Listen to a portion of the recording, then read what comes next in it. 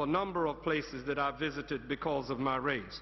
How else does it become acceptable to stab a German police director on his doorstep or force a mayor into hiding for their efforts to halt neo-Nazi and related political activities? Based on these events and numerous others, I do not have time to cite here today, and you all have gone through a plethora of them. If I had to honestly assess where we are in this fight, I'd have to say that we have a hell of a lot of work to do. It is very clear that despite the pledges of our governments, those we have made as policymakers, and the work of the civil society to aid us in our efforts, we are not winning. If we were, how is it that tensions in the Middle East could so easily multiply the number of hate crimes and other manifestations of anti-Semitism globally, despite declines in many places in recent years? And this is documented very actively and empirically so by my good friend Abe Foxman and the Anti-Defamation League. How could extremist political parties so easily ascend to power and gain footholds in other aspects of our society to the point where it becomes acceptable to not only voice anti-Semitic beliefs in the halls of power, but also anti-migrant and other doctrines that promote intergroup strife and violence? The truth is that we have failed to ensure that the remedies have been put in place, but be the laws or conference recommendations, and they are not effectively being used and enforced.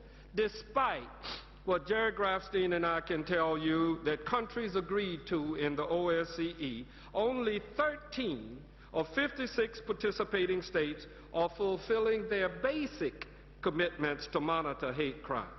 Close to half of the EU countries have not correctly implemented equally directives, and the majority of OSCE countries still fail to appropriately monitor and report on discrimination in their societies. And we've grown complacent, or should I say complicit as well. As policymakers, how often are we really using our public platforms to speak out against the injustices we are witnessing, be they by our colleagues or a stranger on the street?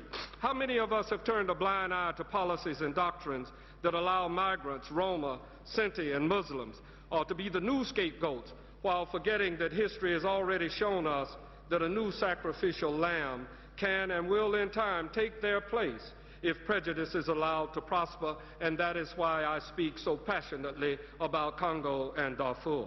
How many of us are partnering with others with similar circumstances to implement joint solutions when possible? Following these conferences, how many of us return to our countries and write letters, hold meetings, or give emails, or engage in other activities so that we know what our governments are and are not doing to implement efforts to combat anti-Semitism?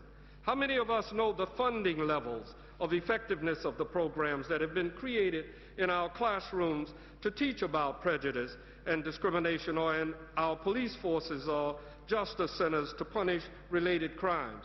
My friend Nathan Saranski was pointing out about UNRWA and the use of their textbooks to provide this anti-Semitic virulence, and is funded by my government and doubtless others. How many of us know how many of these programs there are, if they are working, and whether they should be sustained and expanded or scrapped for better initiatives? As elected officials, those of us that are, we must recognize that we have a unique responsibility to know the answer to these questions, and that we are uniquely positioned in many cases to design, shape, and support the laws and programs that garner their answers. Don't get me wrong. I know strides have been made. French President Sarkozy's public condemnation of recent acts of anti-Semitism, an Italian mayor's rebuke of calls to boycott Jewish stores by shopping in them, rallies held against the Slovakian Justice Minister's anti-Semitic outbursts, and declines in support in some countries for extremist parties are all laudable. The efforts of, here in the UK, John, or your Parliamentary Committee Against Anti-Semitism are to be commended, and the OSCE's focus on anti-Semitism is unprecedented. But ladies and gentlemen, these efforts must be built upon, and we as policymakers have the visibility, the vision, access, and power to do so. The question that I put to you is, do we have the will?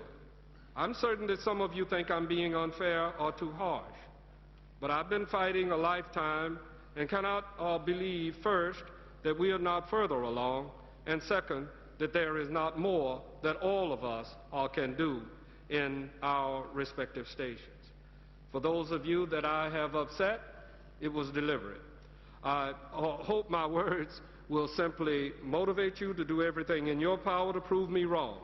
For everyone else, I suggest that we roll up our sleeves and get to work, be patient and persistent in our pursuit of justice. Two final points. There is a need for collective legislating.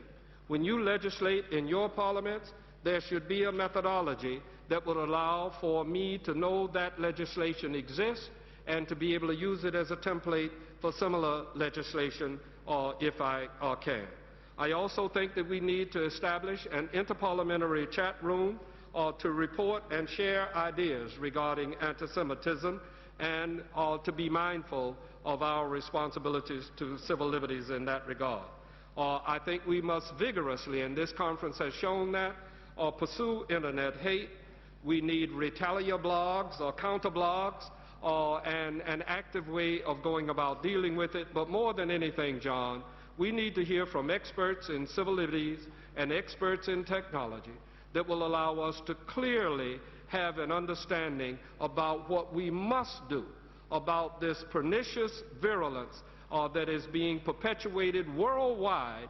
There must be a way, if we have created this positive instrumentality for society, to channel it in a way that will not cause us to address Jews or Israel or be anti-Semitic or racist. There has to be a way for us to do that. I always speak passionately because I feel genuinely concerned that we as citizens owe it to each other to do everything we can together to stop the kind of virulence that all of us have seen and the results that come from the kind of anti-Semitic actions that have been taken worldwide. I ask you to please, let's stay in contact and not let this conference be the end or yet another, we feel good, we gained information, we went back home, and we didn't do a damn thing. If that's what it is, then we've wasted our time. Thank you, John.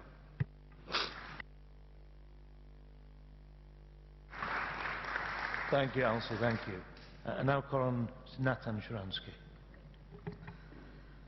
Thank you. It's so nice to see so many of my old comrades in arms in the struggle against violations of human rights and anti-Semitism in the Soviet Union, and new friends in our new struggles. Friends, I hope, like many, was very moved by the words of Abe Foxman, who said that he is a survivor of Holocaust, and since that, he believes now it's the most dangerous moment in the struggle against anti-Semitism. I want to try to show you what can feel the one who was victim of anti-Semitism in the Soviet Union and then for many years was taking responsibility for decisions of Israeli government in their attempts to defend, to protect our people, and at the same time to